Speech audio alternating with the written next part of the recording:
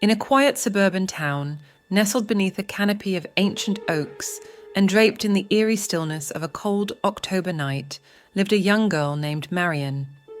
Halloween was her favorite time of year, and she couldn't wait to show off her homemade costume at the annual neighborhood party.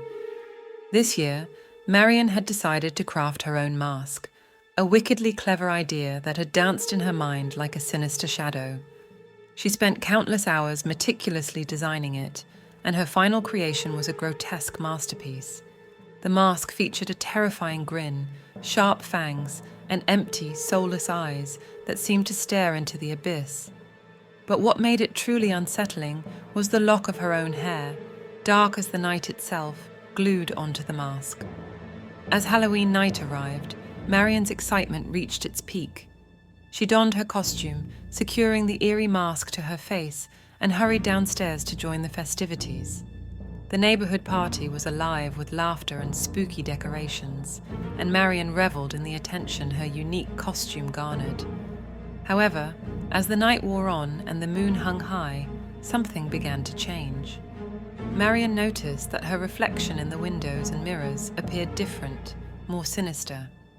Her eyes, typically bright and lively, now bore a sinister glint, and her grin beneath the mask had grown wider and more malevolent.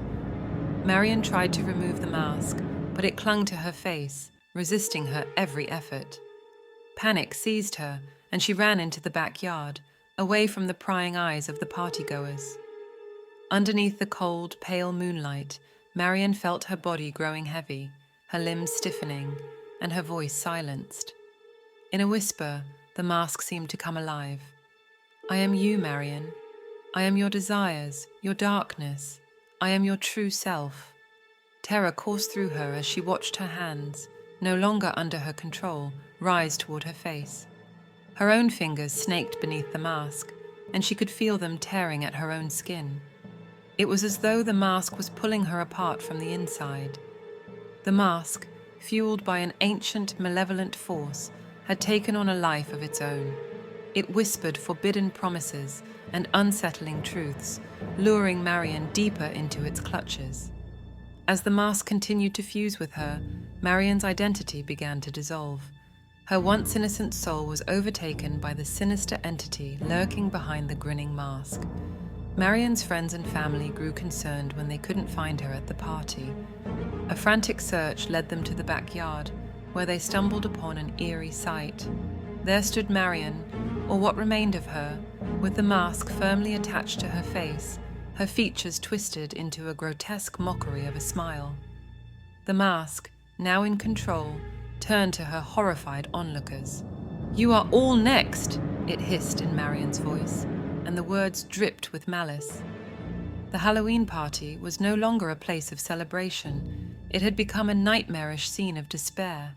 The entity within the mask began its reign of terror, its hunger for new hosts insatiable. The once beloved Marian was now lost, consumed by the darkness she had unwittingly unleashed. As the cursed mask continued its reign of terror, the suburban town became a place of dread and whispers, a sinister Halloween tale that would be told for generations to come. And so, every Halloween, the people of that town would recount the story of the girl who made her own mask, unaware of the malevolent force that lurked beneath its chilling visage.